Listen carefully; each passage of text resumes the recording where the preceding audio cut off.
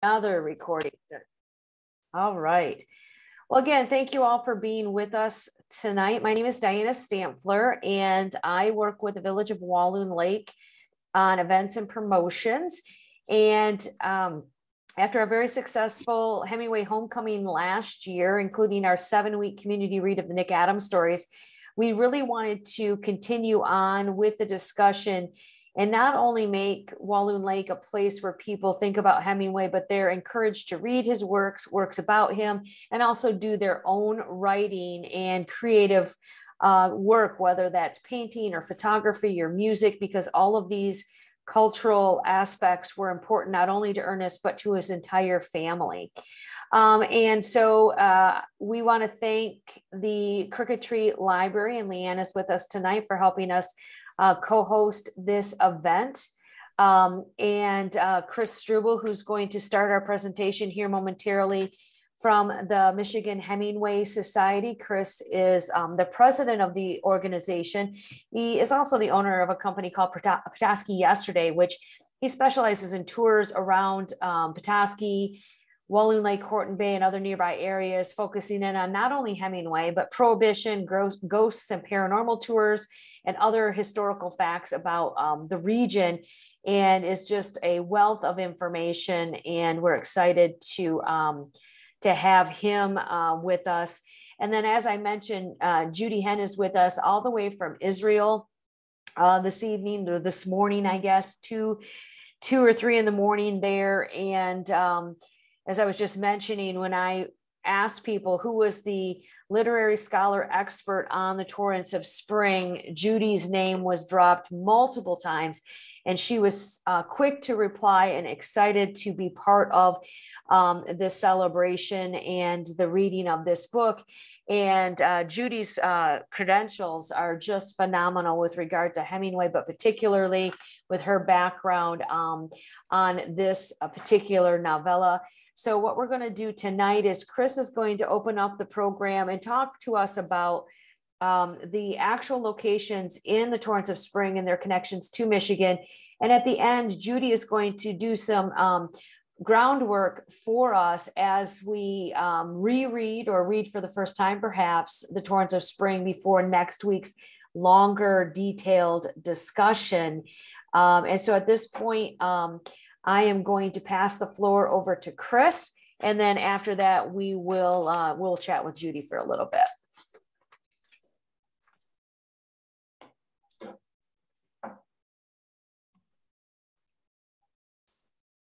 Chris, are you back with us? Maybe he went to get a drink. No, he's muted himself again. I unmuted him. You got me? Yeah, I got you now. There you go. You can hear me now. And if you have, yes, and if you have questions, please hold them till the end, or feel free to put them in the chat. And then also, if you could mute yourself while Chris presents, we'll open those mics back up between presentations, and then again after Judy's. I wanted to start by saying thanks to you, Diana, for all the efforts. What started off last year as a statue dedication has now entered its 2nd year of celebrations and events featuring Ernest Hemingway and his homecoming to Walloon Lake. The mission statement of the Michigan Hemingway Society is to promote a better understanding of the influence Northern Michigan had on Hemingway, and that's both his writing and his literature, and of course his real life, which is always a kind of a very fine line, as I state, because his stories are obviously so often autobiographical, but of course with a heavy dose of hyperbole, as he himself tells us in the short story On Writing. Hemingway borrowed the title Torrents of Spring from Ivan Turgenev, and that's my wife's Russian translation of his name, as he did again later, of course, with his short story Fathers and Sons. And despite the fact that I live in Petoskey, the setting for most of this novel, I still struggle to absolutely love the novella. But that's just kind of, I think, because I am very partial to The Sun Also Rises, which I think when Scribner signed him to this contract, it wasn't necessarily for the Torrents of Spring. It may have been with the idea that The Sun Also Rises was such a fantastic novel to be. My job tonight, though, is to show the actual locales that are referenced throughout the story. I got to be careful about that, because what are actual locales when we're talking about fiction? We all know that the Big Two-Hearted River is nowhere near Seney, Michigan. But I also like to share some of my personal perspective that may or may not have ever been referenced by others in the past. Chapter 1. And I'm unable to share the same screen we were just doing 2 minutes ago. Let's see if we can get this to cycle. Is it not advancing now, Chris? Yeah, just like we did before. There you go. All right. Chapter 1 begins with Yogi Johnson and Scripps O'Neill looking out from the windows of a pump factory. And this would be the Black Mirror Pump and Manufacturing Company just south of downtown Petoskey, located in the Bear River Industrial Complex. Sanborn maps will show that it's just maybe a quarter mile from downtown Petoskey, which is right here. Next, Hemingway will reference the GR&I Railroad, which is the same station that the Hemingway family passed through each summer en route to Walloon Lake. The train station began service to northern Michigan in 1874, and it really started that whole wave of tourists coming up here. It was funded by the railroads, bringing people up after all the lumbering was completely gone. Next comes Mansalona, Michigan. And I guarantee you Hemingway was the only Nobel laureate to reference Mansalona in literature, not only once, but twice, along with the Nick Adams story, The Battler. And this was inspired as he passed through the tiny town in 1916 while on a hiking trip to northern Michigan. And although Hemingway passed through Petoskey each year as a child and a young man, the locales he describes in the story were places he knew very well after returning to recuperate after World War I and start his career as a writer of fiction in October of 1919. This is the rooming house where he lived, 602 State Street that winter, before leaving for Toronto in early 1920. Page 4, kind of interesting enough, brings us to Scripps' daughter named Lousy, real name Lucy, the same as his wife. Jumping ahead to page 42, Scripps' elderly wife is named Diana, as is her mother's. And I feel there's a sense of oddness in the story about the mothers and daughters sharing the same name. In 1919, Hemingway was very close to Marge Bump, shown here, a friend he had known since he was 16. He first met her actually in Horton Bay, but she lived here in town also. She's featured in The End of Something and The 3-Day Blow. They remained lifelong friends. What's interesting to me, though, is Marge's real name was Lucy Marjorie Bump. Her grandmother's name was Lucy Marjorie Bump. Her sister and daughter were named Georgiana. And all the men in the family for 3 generations so far, anyways, have been named Sid. So when you're reading this memoir written by her daughter, which is Pip Pip to Hemingway, which you showed me, actually led me back to it.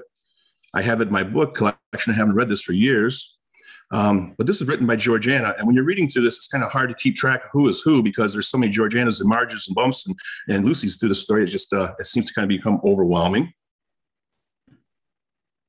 Real quick, you can see even in the book Pip Pip to Hemingway, they reference the Black Mirror Rotary Pump Company, which was a world famous pump factory just outside of Petoskey again. I think all the Marjories, Lucys, and Sids must have resonated with the 20-year-old Hemingway after he spent so much time with their family in 1919, 1920. I'm going to read a quick caption for you out of Pip Pip to Hemingway, which I found kind of interesting today. I'll make it kind of short here. Like Nick Adams, many of Hemingway's central characters seemed destined to suffer the pain of lost loves. In novels that follow the Nick Adams stories, Lucy keeps haunting him, quotation marks. Perhaps Lucy Marjorie Bump is the memory behind other fictional women named Lucy who bring the author sadness after their desertion of him. For example, this theme of sorrow over the loss of love appears later in Hemingway fiction, of course, also in this 1926 novel, The Torrents of Spring. Here, Scripps O'Neill is devastated with the grief after his wife Lucy leaves him. When he arrives home and calls for her with frantic anguish and despair, there is no reply from the deserted house. The theme of Scripps O'Neill waiting around the high school for his daughter is like Hemingway hanging around Petoskey High School for Marge, as he often did. Scripps' daughter was nicknamed Lousy O'Neill, but her real name was Lucy O'Neill. In one scene, Scripps looks up the lighted windows at the high school where Lousy is standing and Lousy is learning things. This is a great book if you get a chance. Pip Pip to Hemingway. It's just full of all kinds of great Michigan stuff. Marge's uncle was Bill Oley, who was one of the definitive historians of Horton Bay, and then also other great history of northern Michigan. Here's a picture of the old high school from Mansalona that Diana was actually kind enough to provide me with. We're going to go back to this in just a minute. There's some interesting facts. Page 5 is the first time Hemingway references the Chinook wind, which in northern Michigan is when we begin to feel spring in the air at 35 degrees. And we start wearing shorts up here, of course, at 45 degrees. Today, as I'm kind of preparing, I'm watching out the window. We got snow. And I swear about 1/3 of the people are wearing shorts today in downtown Petoskey. But Mike Fetterspiel and I always wondered, how did Hemingway know that feeling? He's never documented being here in the early spring. This is a record book from Uncle George, Hemingway's Uncle George Hemingway, who had a farm over by Ironton, by Charlevoix. And this is a guest book, and it shows right here, 1919, March, Tenante Ernesto Hemingway checked in just prior to March 7th. He stayed over at Uncle George's. So he's up here in that early spring of March 1919. That's something I don't think has ever been actually documented before. And as you and I were talking, Diana, he could have spent, based on the letters and the collection, the Penn State collection, maybe even up to 2 weeks up here based on the next letter that comes from Oak Park. This is kind of interesting to me because the story on page 5 and 6, Hemingway keeps referencing the fact that the windows in the school are lighted and the students are working far into the night. Well, that's not a community school that does something like that. If you look right here, it says Mansalona High School and also normal school. There was an additional normal college on the grounds there to the public school. And in fact, Antrim County had the first normal school out of the 49 counties that they appeared in later throughout Michigan. Petoskey also had normal business college. It's where people would learn stenography, shorthand courses, and learn to teach a school. So it was something, we have what we call ghost signs downtown, and right across the street from me is the old normal school here in Petoskey. But as I was kind of researching this, it took forever to find out whether Mansalona had one, but lo and behold, it wasn't just that they had one, they had the first one. So that kind of solves that mystery of why all the kids are in the school at night, for me anyways. Page 10, Scripps wishes he could hop the train. Here's Hemingway doing just that again on his walking trip up here in 1916. Enough to make any parent just absolutely nervous. Chapter 4, on the railway station, was written in big letters, Petoskey. That's the old train station, wood, and like everything else here in Petoskey, burned at least once. The telegrapher. This is a rare picture I have that I have thousands of pictures of the exteriors of all these buildings in town dating back to 1874, but this is inside the GR&I Railroad, and this is the telegrapher's office, and probably the telegrapher on the right-hand side there. It's one of my gems. I'm kind of proud of that picture. Page 14 and 15, McCarthy's Barbershop. Now the Rough Life Outfitters for dogs here. The building's amazing. And down in the basement are all the old, well, there's still a couple shower stalls, and then there's an old sauna down there. They had 9 showers down there. He's staying at Potter's Rooming House, but he's coming to McCarthy's off and on, not just to bathe and get a haircut, but Mr. McCarthy was a first-class fisherman, so they like to share their stories there. If you look here, this is where the McCarthy's Barbershop is located now, right there in the Flatiron Building. Next, Hemingway references the fact inside there were men being shaved. I had one more image of this exact locale right here, and all the barbers are standing there wearing the white coats that he references in the story.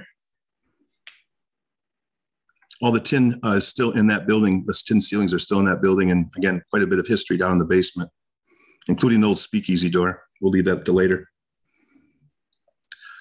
But this is the part that gets me because Jesperson's has always received all of the attention for being the lunch counter. We're going to talk a little bit more about that. But in the story, Scripps turned his back on the barbershop and strode up the street, not across the street. So here's the Flatiron Building.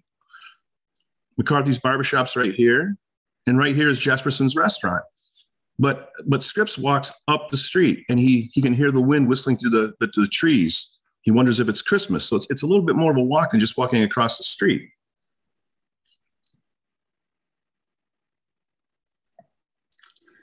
This, for me, is the real location. It's This is the Braun Hotel and Brown's Beanery. So Brown's Beanery, Braun's Beanery, pretty darn close. And again, it fits according to the Sanborn maps that I have. The interior is identical to the way he describes it, not only in this story, but the Killers too. And we're going to jump to that in just one second. But so Jesperson's was a lunch counter, as was the Braun Hotel here.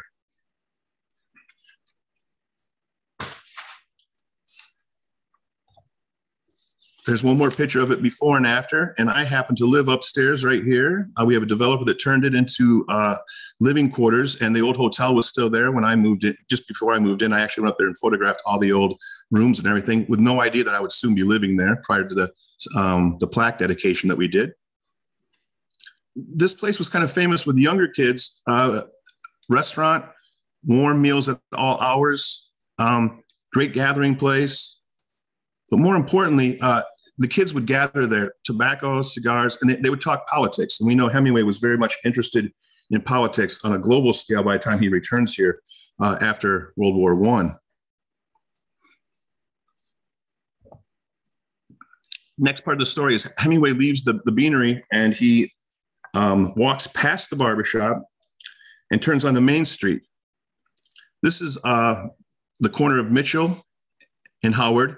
And upstairs, I should say that that's Dutch Palethorpe's office. And later on, when Hemingway returns in 1947, he'll pay a visit to Dutch up there in that office. That's the old bank here in town. There's always been a bank there. There's a bank there now. Dutch Palethorpe was also Hemingway's best man in his wedding. These pump men were clever fellows, it says. And I think that's probably possible, but here's part of that work crew that he's referencing. Scripskin walks along the main street toward the part of town where the pump factory is. And again, it's less than a quarter mile, even walking, not even as the eagle flies, but right to the Blackmere Rotary Pump Factory right here. Chapter 7, watching the sunset out over the Petoskey Harbor. I was fortunate enough to be able to snap that picture. And he references now frozen with great blocks of ice jutting up over the break wall. In about a week or so, when I can get a hole, I'm going to be diving into that lake like I do every year amongst the icebergs. Torrents of Spring. Page 34. Again, this is the old Braun Beanery where I currently live, above Mettler's.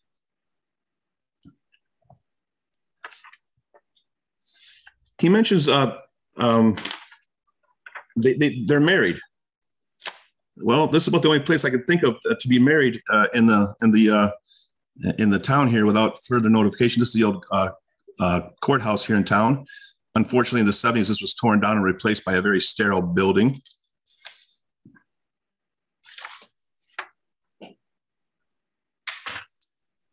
I'm going to go back just one second here.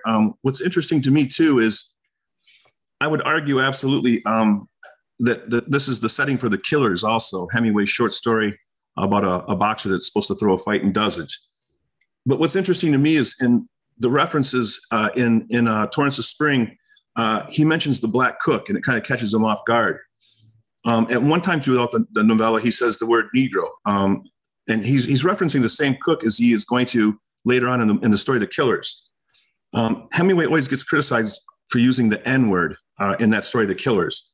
But in that story, mobsters are coming to kill a guy who's thrown a fight, and they're using appropriate words for the time and for the situation, in my opinion. If you think the movie Pulp Fiction, made in the 1990s, they're still heavy with those words. But again, in the Torrents of Spring, he's using the word black man and Negro, which it's a much less aggressive situation than the story The Killers. If you ever look at the story The Killers, the original copy at the JFK has Petoskey scratched out and the word Summit, Illinois written in instead.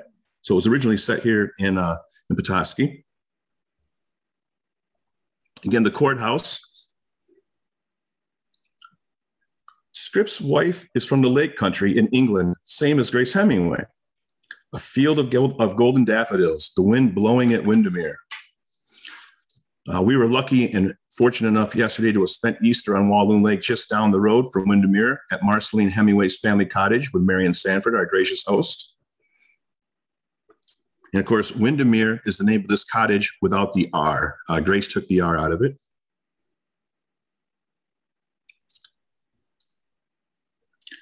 Page 42, could she hold him? Could Diana hold him for her own?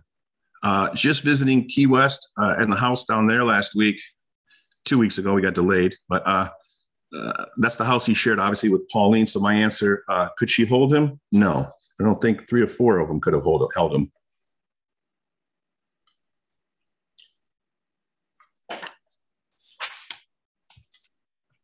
Yogi talking about the librarian. This kind of cracks me up because of a forum Diana and I are on, and some stuff was kind of brought up a couple weeks ago, but Yogi talking to the librarian. This is the Carnegie Library. And I like this image a little bit better, actually. It shows the Petoskey Brewing Company making a delivery or just driving by the Carnegie Library.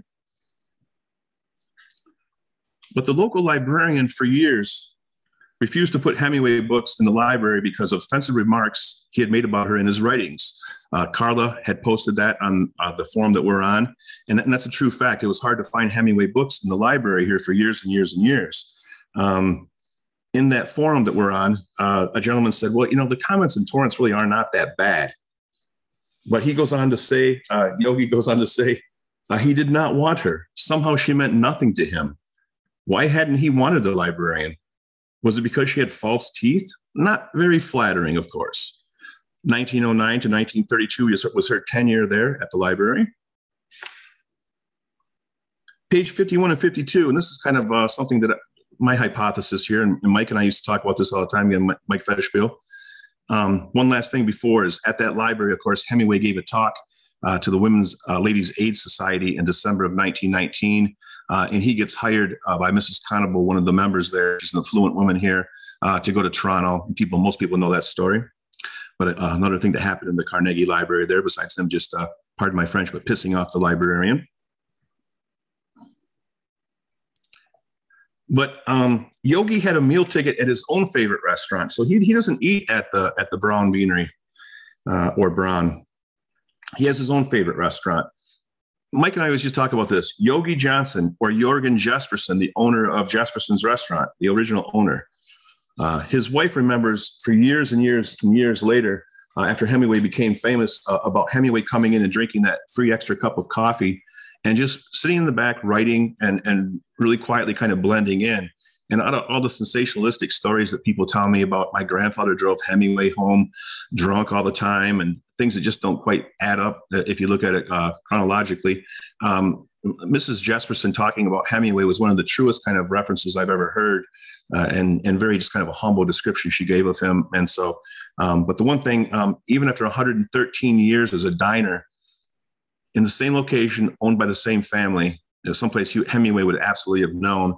But I don't think he'd be too disappointed to know it's now the High Five Spirits Vodka Tasting Room.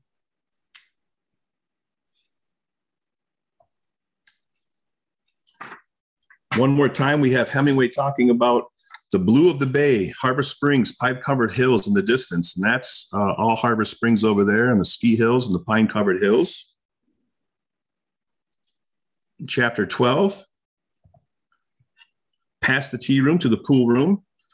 City Park Grill and the adjoining Grill Cafe over here. They both had pool tables and billiards in both of those. These are places that get billed for more Hemingway connections than are true, but there is a strong connection to the buildings. Of course, lore always has it. And this was a speakeasy that operated 24 hours a day, 7 days a week, all through Prohibition, despite the fact that it's located right across the street from the courthouse. Lore has it there, and they kind of promote the fact that Hemingway sat at the second seat from the end. But that's a picture of the inside of CPG, City Park Grill, in 1919. There are no seats, a lot of spittoons. But it also fits in with one of the descriptions he gives of the brass rail, the spittoons, in another caption later on. I always tell them, stick with the real story up there. This is the last place that Hemingway drank when he came and visited Petoskey, his last visit to town, in 1947. A woman named Maxine Whitfield, who I've met and who's still alive, she remembers that when he came in 47, he stayed here for a night with Dutch Palethorpe. They did some business, most likely related to the cottage. And before he left, Dutch Palethorpe and Hemingway went to City Park Grill and they drank their lunch like they did back in the old days. Those were Maxine's words. And that is that last visit to Petoskey, Michigan. And I always wonder, because, police always say that you can't really rely on people's memories. Our memories are so subjective. In this visit, 1947, Dutch Palethorpe gets interviewed. And according to old friend Edwin G. Palethorpe, this was Mr. Hemingway's first visit to Petoskey since he spent the winter of 1919 and 1920. Apparently, Dutch has completely forgotten that he was the best man in the wedding in 1921. And that's my last picture. Well, he was clearly drinking, so maybe that's why he forgot he was in the wedding. Dutch was more of a drinker than Hemingway. The people that have contacted me from his family and even two neighbors said it was every night was cocktail hour over by Weequatonsie at the summer cottage, and in the winter, it was toddies around the fireplace. So yeah, Dutch was, and of course, he and Hemingway were famous for making that homemade wine brew on the radiator at 602 State Street, and they took the hooch down to that party in Bayview that night, where in Pip Pip to Hemingway it talks about when he's telling Marge, "You don't want to be any part of this, Marge. It's going to be the dark side of Bayview. There's going to be drinking and dancing." So. And of course, that's the onset of Prohibition. And Hemingway's got quite a thirst. We've got quite a few letters. I got some private ones where he's writing friends from up here. He tells them in one story or one letter that he has 5 gallons of the finest wine. And by a simple mathematical deduction means that's a party for one guy 15 times. So he's trying to tell you how he's rationing his wine. So, Chris, can you tell us, so the map you showed of where the pump factory was located, what is standing on that presently? Is that down like by the fire department, or is that? No, you would turn where the old 7-Eleven is right here, right by the river, right? Yep. And you're going to go about a quarter mile, and then Sheridan Street's right there. And back in the 40s, that was Preston Feather. Preston Feather moved out of there. There was tons of industry down there. Michigan Maple Block. There's probably 45 businesses down there. But Preston Feather was the neck to take that location. But they gave up the location after the bombing of World War II with Pearl Harbor, because could no longer have access to the kapuk trees, which we saw in Key West. And that's where most of the flotation, the filament for flotation devices came from the kapuk tree. So in northern Michigan here, they started a campaign to gather all the milkweed possible, and they stored and dried it and harvested and processed all that right in that same location. And right now, I think on Sheridan, right at that location, there's like a tin sort of makeshift warehouse down there, but more modern. Yeah, it's kind of like a little industrial area, because Sheridan goes back out to 131 by Gordon Food. Doesn't it come in right in that intersection? Yeah, and that's kind of the outskirts of the old industrial area down there. And it was very, very, very, very, very congested back in the day. In fact, so much that Bear River comes out of Bear Lake, Walloon Lake. They were using so much water that when people came up to Walloon Lake in the summers, their beaches would be exposed by hundreds of feet because they had drained so much water out of Walloon. And imagine this, they wanted to reroute the Sturgeon River from Wolverine all the way to Petoskey, Michigan to supply all those industries over there with fresh water. All right. Thank you, Chris. It was really great to see. And I was helping with some of the photo collection for this to find the old pictures. It's funny. I don't drive through Kalkaska and Mansalona without, looking over to see the Hemingway marker in front of the trout in Kalkaska, or driving past through Mansalona along 131 and not looking over at the railroad tracks and thinking that those were the tracks that his feet touched and the trains that he hopped. And I can't, and I travel that route pretty regularly, but I think about that every time I come through there, about how historic that particular stretch is. And to then know, okay, well, the school was there and the train was there and the depot was there and these places that he went. So it's really neat to kind of pull them from the pages of this book and put them on a mental map of where they are actually, in those that are still standing in that area. Does anyone have any other questions? And Chris, you might want to drop into the chat as well if you get a chance and look through some of the questions. But anybody with specific questions with regard to the locales from the story that and their locations here in Michigan before we move on to Judy? Anyone? Feel free to unmute yourself if you would prefer to ask the question yourself. Well, Chris, you must have just nailed it out of the park today. Good job. There's a couple of questions, about 47. That's the funny thing. In 1947, how was Hemingway portrayed after so much had happened in his life? Any memories by witnesses of Ernest? So many of those people are dead. That's the thing. But Hemingway here is the same in Oak Park. There's always been a little bit of a stigma. And I think I'm pretty accurate with this, but the 100th anniversary of the Oak Park class book came out, and they had the notable graduates that had graduated in the last 100 years from Oak Park High. And neither Hemingway or Frank Lloyd Wright are mentioned as notable graduates. So there's always been like this little stigma in Petoskey. Yeah, and then I got misquoted one time last year in a magazine. There was an article written in 1975 that Petoskey, Michigan is famous enough. We don't need that damn Hemingway. Well, they gave that quote to me. I don't want that quote. I was just kind of regurgitating what was out there, and that was part of the stigma up here. There's we put the statue in here. It was a fight to get that statue dedicated here in Petoskey, Michigan. There was a little bit of resistance for sure. All right. Well, thanks again, Chris. I sent you an email. I would love to figure out how to tell this story broader than just this presentation. So I'll be back in touch with you about that as well. So, well, since my camera wasn't working, you don't even know it's actually me here today. So I know your voice well enough. So thank you, Chris. I do appreciate that. Real quick, before I switch over to Judy, the annual conference for the Michigan Hemingway Society is coming up this fall, this October. Do you want to give a quick shout out about that?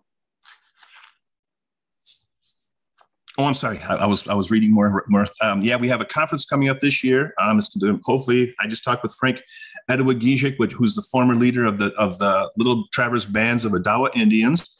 I think we're still going with the Hemingway and the Indians, and that may sound politically incorrect to some people, but again, they prefer to be called Indians in this region. Like Frank says, I'm not from South America. I'm not from Central America. I'm a Northern Michigan Indian. We'll have Eric Hemingway. No relation, obviously, but that's just a renaming. When his family was taken to Mount Pleasant, and they were given English names. But Eric Hemingway is now the tribe's sort of historian. He'll be joining us, and hopefully traveling to Green Sky Hill, which is a fantastic spot, one of my favorite spots to visit. It's an old Native American church and burial ground on Susan Lake by Charlevoix. So hopefully we're still going to be going forward with that theme, and we have some great speakers lined up. And if you ever get a chance, just Google Frank Edward-Giesick's name. The man's one of the most entertaining and knowledgeable people, and serves on so many worldwide boards. It's just a pleasure to talk with him at any given time about history, and he's very knowledgeable and very compassionate and understanding about what they call the storm, and that's the coming of the white man. And that'll be October 7th through 9th, and you can find us at MichiganHemingwaySociety.org. And I just put those dates and the link in the chat as well. So awesome. All right. Thank you again, Chris. We appreciate all of your help always. And, I call on you frequently to do things Hemingway focused, and rarely do we have conflicts. And usually you say yes. So I appreciate you that. saved me when I was stranded in Key West last week. So thank you. Well, it was a great group in Harbor Springs. So it's an honor to be there. So thank you again. And thank you, Tanya, for helping get you up and running this evening as well. That's right. All right, so I want to introduce and read Judy Siegel-Henn's bio real quick. Like I said at the beginning, when we decided we wanted to do this discussion, I put in the Hemingway listserv, I asked out there, who is the leading expert on this novella, The Torrents of Spring? And I was so pleased. So many people recommended everybody. The only name I got was Judy's name. So clearly she is the expert on that. Visited the Petoskey area last in 1998, 1999, following the Hemingway Centennial in Oak Park, and has become a literary expert on the Torrents. She was born and raised in the United States, growing up in New York City, earned her BA in English Literature from Queens College and a Master of Arts in Teaching from New York University. And she eventually immigrated to Israel. She met her husband, became a member of the communal society there, raised 5 children, taught English. Man, you got a lot of stuff in there, Judy. And taught English as a foreign language for 17 years in local schools, and then received her master's in 94, began working on her PhD in English language and literature, which she received from the University of Halifax, and it was, I believe, your dissertation on the Torrents of Spring. So I'm going to let you, Judy, talk about the one sentence in the whole bio you sent me that struck me the most is your romance with Ernest Hemingway. So I guess before you dig in too much into the Torrents, please tell us when you fell in love with Hemingway and how you came to be the literary expert on this book. Okay, well, hi, everybody. It's great seeing you all. And even those I see names, even though I don't see your shining faces, it's very nice to be here. For me, it's the middle of the night here in Israel, exactly 20 to 3 in the morning. So that will show you my dedication to Hemingway. I started doing my master's degree in English literature at Tel Aviv University in Israel, and actually started working on someone else, and at some point became extremely frustrated, felt I had no connection to what I was writing about, and turned to my advisor and said, what do you think if I do something else? Well, what will you do? She said, you're American, you should do an American author. Oh, why didn't you tell me that earlier? And so she started saying names of American authors. There's Hawthorne, there's Twain, there's Fitzgerald, there's Hemingway. I said, oh, Hemingway. She said, well, which book would you do it on? And I'm waiting for her to say something. Farewell to Arms, For Whom the Bell Tolls, The Sun Also Rises. I said, The Sun Also Rises. And so I wrote my master's thesis on The Sun Also Rises. But how did I get hooked? I can't explain. It's really one of the things I can't explain, but especially the Nick Adams stories. I feel a knife twisting in my guts. The language just sometimes makes me want to cry. It's such true language. And I was really hooked on everything, including all of the material that was available. Then we're talking around 1992, 3. This is before the World Wide Net. We're talking about the huge library shelves and everything, very little available in Israel. This is a huge shout out to the Hemingway Society, Michigan, and the International Hemingway Society. All over the years, people copied things, people sent me books, people Xeroxed articles and sent them to me, mailed them to me. And it was a wonderful help. So I'm nearing the finishing of my master's degree, and it's clear to me that I'm going on to the doctorate, and it's going to be on Hemingway, but what? What am I going to count teaspoons in For Whom the Bell Tolls? Am I going to see how many times the word this is mentioned in that? And I'm in the university school, bookstore, not that much material in English, mostly in Hebrew. And I'm going along in the English section, and I see I see the slim edge of the spine of the book, and it says, Hemingway, The Torrents of Spring? Who he? I pulled it out and I opened it up and I looked to see, there's always a teeny bit of biography. Oh yeah, it's the same guy. It's the guy I've been writing about, 1899, 1961. Oh, okay, I bought it. And I went home. And when I began looking into what exactly I was going to do, I began researching, and wow, there's very little written about this. Great. So I guess I'll be the one to write about it. And that's what started me on my romance with The Torrents of Spring. So here we are today.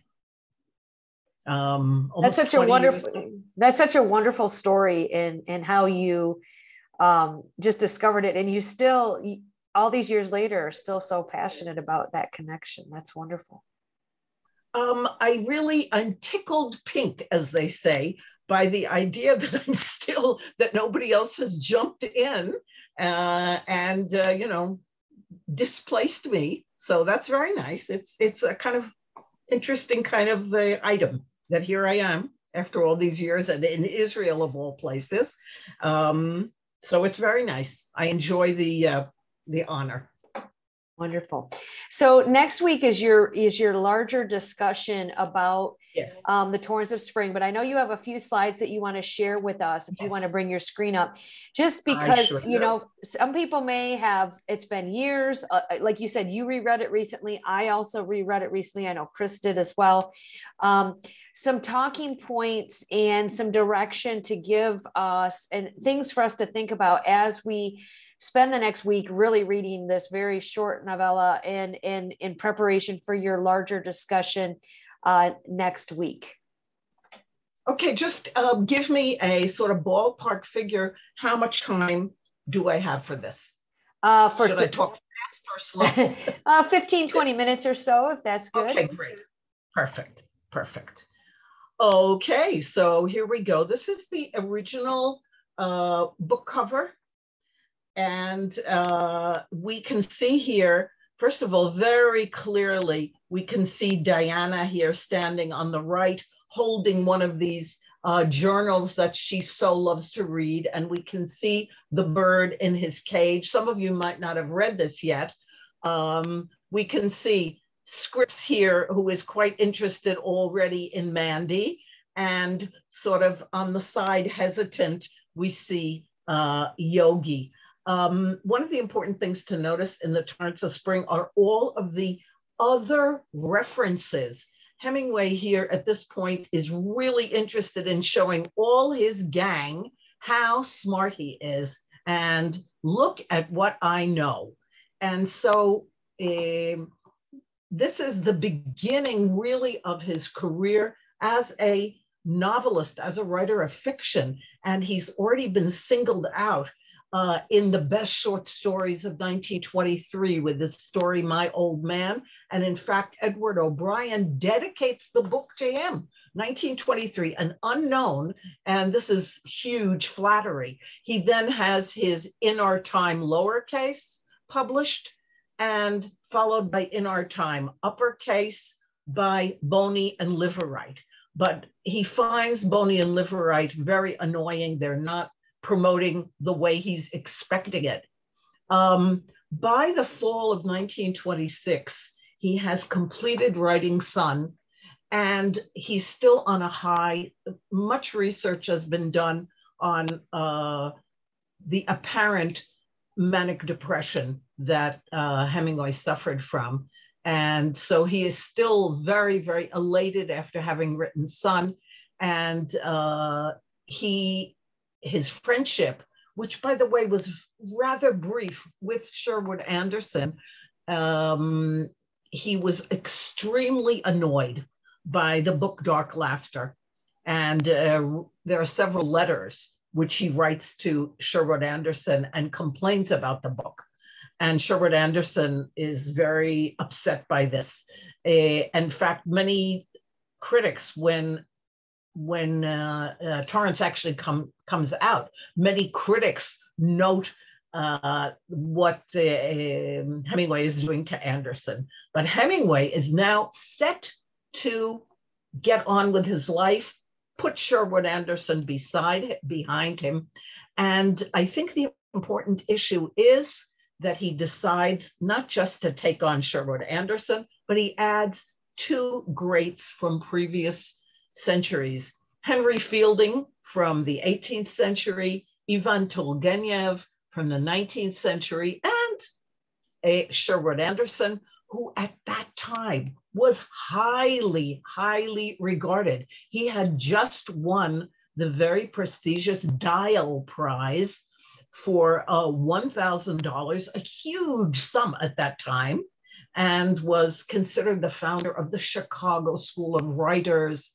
And Hemingway initially was very flattered in meeting him, and Anderson is responsible for letters of introduction to Gertrude Stein and to Ezra Pound, which were hugely important to him. Hemingway submits Torrents to Boni and Liveright, and as we say on the side, Boni and Liveright are the publishers of Sherwood Anderson, and he is their meal ticket. And here is this young kid, this upstart, and Hemingway has written a deal breaker, which seems pretty clear that he knew that that's what he was doing.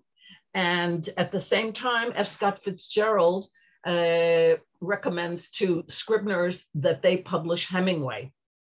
And so Scribner's comes out with the Torrents of Spring, and Hemingway does stay with Scribner's for the rest of his life, which is interesting because Hemingway did have all his life a history of inconsistency, not just with women, but with people. Very hard to keep a friendship with him. So consistency with the publishers is an interesting issue. There are about 40 reviews available of Torrents of Spring in contemporary newspapers, and almost all of them were positive. People enjoyed reading it, and actually 20% or about 8 or 9 saw that it was a parody of Dark Laughter, and there was only 1 out of 40 reviews that was actually hostile and was very annoyed that he was doing this to Sherwood Anderson. Sherwood Anderson was extremely hurt. Gertrude Stein, who also was a supporter of Sherwood Anderson and a friend of Hemingway. I don't know how many of you know, but Hemingway made Gertrude Stein, the Jewish Gertrude Stein, his first child's godmother. And she and Alice B. Toklas, there is a marvelous photograph of them with Bumby, John Hemingway, John Nicanor Hadley Hemingway, in his baby buggy with these 2 very stern-looking women sitting next to him. But we should also note that by this time, 1926, Pauline is already in the picture. And while Hadley was very upset at this parody, we can see that Pauline is delighted. And this is one of the issues of this. We don't know for sure, but there seems to be ménage à trois, Hemingway and the 2 women. I don't know if simultaneously. Nobody was there to say yes or no. We don't really know. Once The Sun Also Rises is published, it's a sensation. Again, newspaper reports at that summer, that following summer, of young people flocking to Paris to see Brett and to see Jake and to live the life of hedonism that's portrayed. And what happens? The Torrents of Spring kind of fades into the background. And so in my opinion, what is needed is a kind of reader's guide. First of all, brief plot summary, very brief, as we say, because our time this evening is limited. We have 2 young men, Scripps and Yogi, in post-World War I Petoskey, who are trying to find lasting relationships with women. And a quote from page 10 of Torrents is, they are members of a worn out, let me get it because it's partially cut off here because of your pictures. Well, okay, sorry, I'm not getting it right now. Members of a worn out civilization, world weary from the war. Oh, that's interesting. I'm noticing all the W's now for the first time. And we have the characters. Yogi and Scripps, we have the women, Diana and Mandy. We have the African-American cook. We have Bruce, the African-American bartender. We have two Woods, so-called Native Americans, and the club Native Americans. By the way, I was cautioned, being away from the States, even though I'm always in touch with what's happening, for these many years. I moved to Israel in 1968. Very careful to be politically correct. So it was interesting to hear that the Walla tribe considers themselves Indians and not Native Americans. So, obviously it's their prerogative to be called what they want to be called. But the interesting thing is to compare the two young men, Yogi and Scripps, the two women. By the way, the lists are not necessarily that one list, one column equals the other column. It's just to contrast. Yogi, Scripps, Diana, and Mandy, the Woods, Native Indians, Native Americans, the club Native Americans, winter and spring, and youth and age. And these are the questions that I made up for you. And perhaps Diana will be able to work her magic, or I can send them to her separately and you can put them up. But for instance, is there a theme? Do you see a theme coming through? Can these contrasts that I suggested to you help us understand what's happening in this very brief story? Notice that both on the title page, here you can see my very, very marked up copy that I used to write my doctorate. There are the quotes, and they only say Henry Fielding, but they are actually from Joseph Andrews, and they are from actually the preface, not the novel itself. And the preface to Joseph Andrews is a kind of treatise on literature, quite interesting to read. How do they set the tone? What about these embedded stories? Scripps has a story, Diana's story about her disappearing mother. Mandy has two stories. Yogi tells the story of his sexual dysfunction, of his post-trauma. And in addition, Hemingway puts in author's notes to the reader, and here are the page numbers, and which are quite, some of them are quite funny and comic. And what do you think, why do we think Hemingway rested his case on Fielding, Joseph Andrews, Turgenev, his own Torrents of Spring, or Spring Freshets, depending on who the translator was from the Russian, and Anderson, specifically Dark Laughter? What do they mean to Hemingway? Why does he use them? Do you think Torrents succeeds as a parody? Is it a parody? Is it funny? And finally, are critics justified in neglecting Torrents? Torrents has been largely forgotten. I even saw back in the day lists of Hemingway's works. Torrents of Spring is not on it, and which I find quite interesting. And well, my works cited.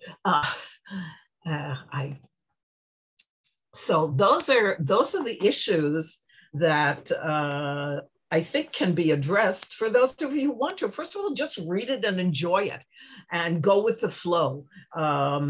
There are points where it's very funny. There are points where it's like, what is he getting at here? But there is a method here. And again, according to Hemingway, he wrote it in 10 days. So even that is something to be, not to be sneezed at. So I'm saying there are many issues to look at, but most of all, just read it for fun.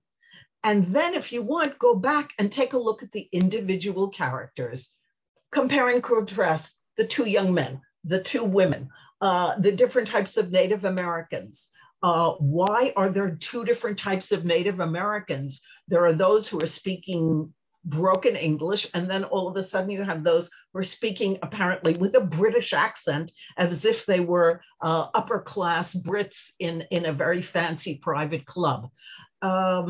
Petoskey, a place that he came for healing, and yet he singles it out here and makes it seem a little bit funny, silly. Why?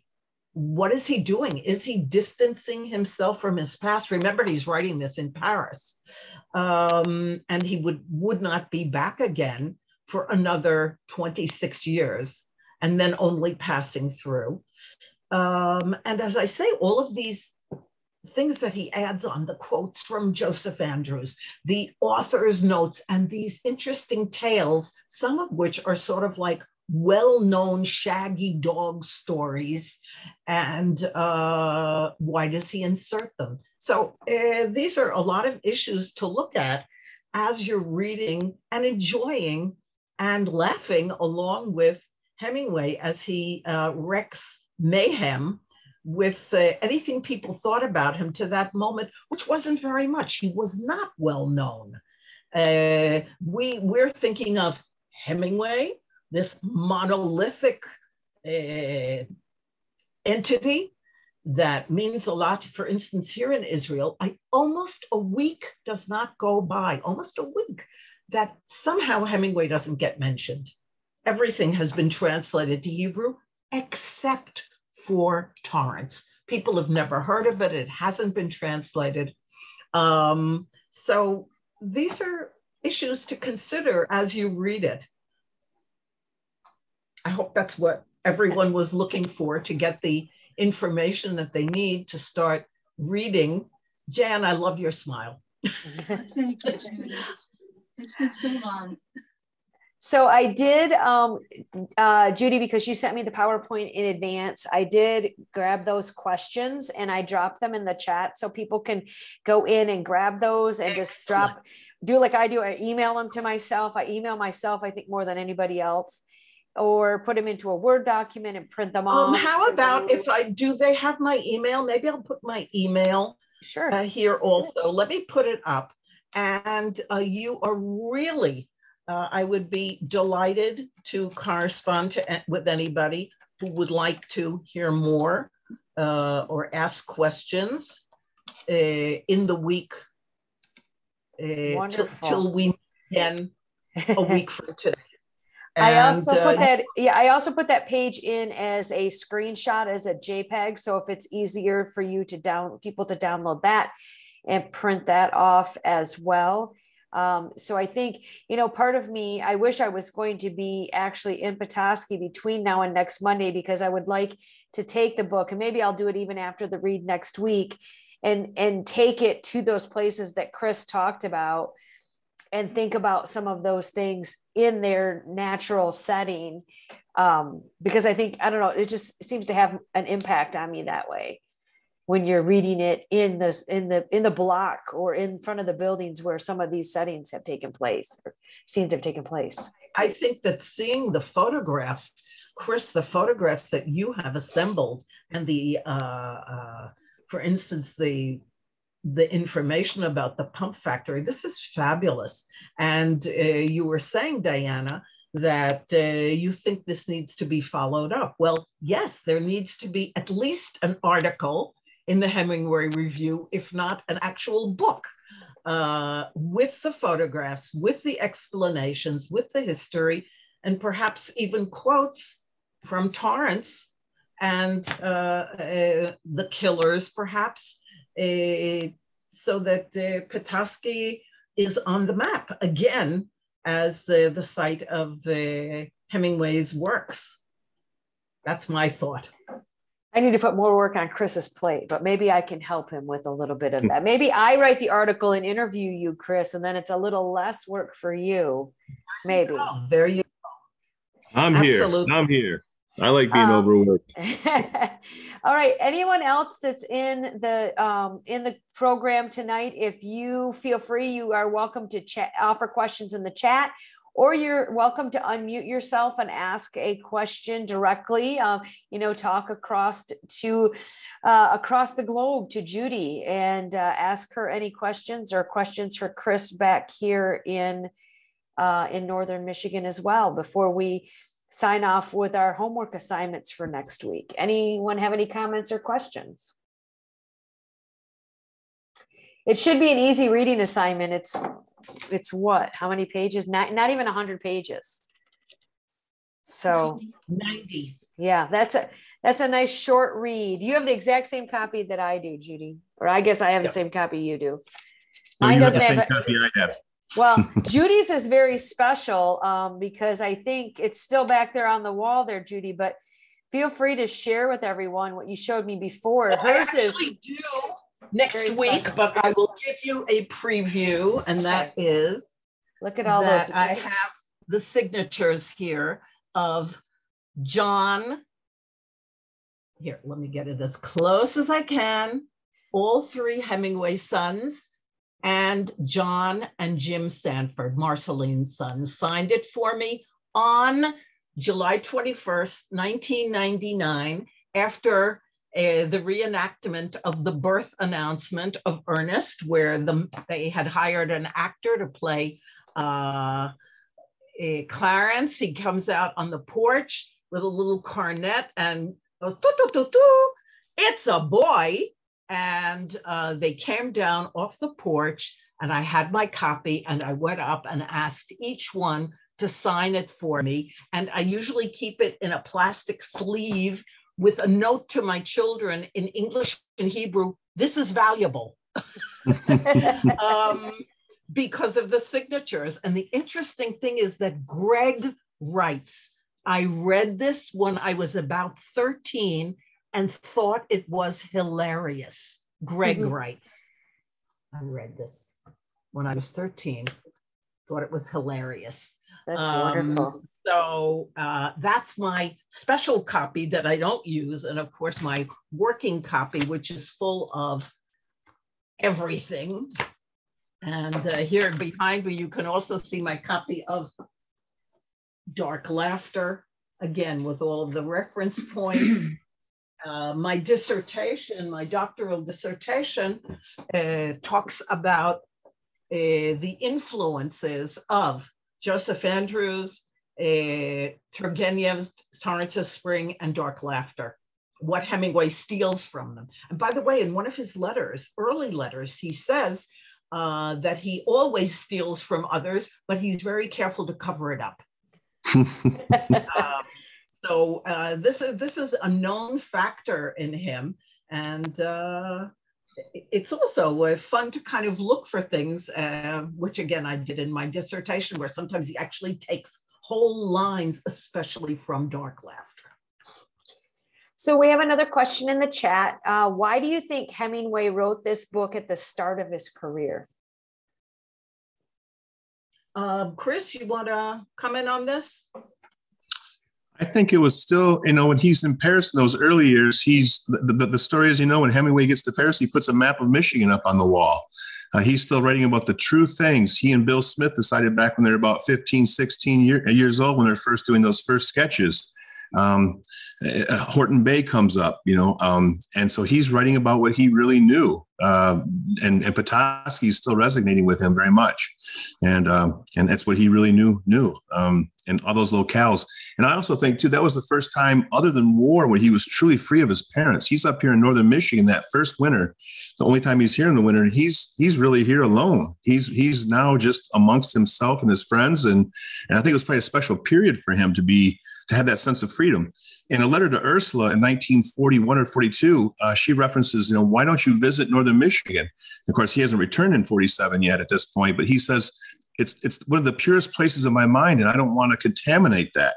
So it was a very special place for him. I think it was a very special time. You go through a traumatic healing experience, and that place becomes idyllic to you later on, I think.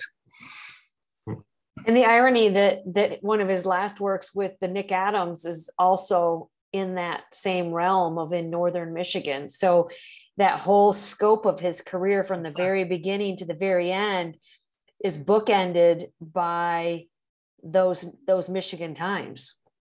Yeah, he comes back to Northern Michigan, and according to Valerie Hemingway, at the end of his life, he's back here, and the last good country, fittingly named enough. Yeah, that's awesome.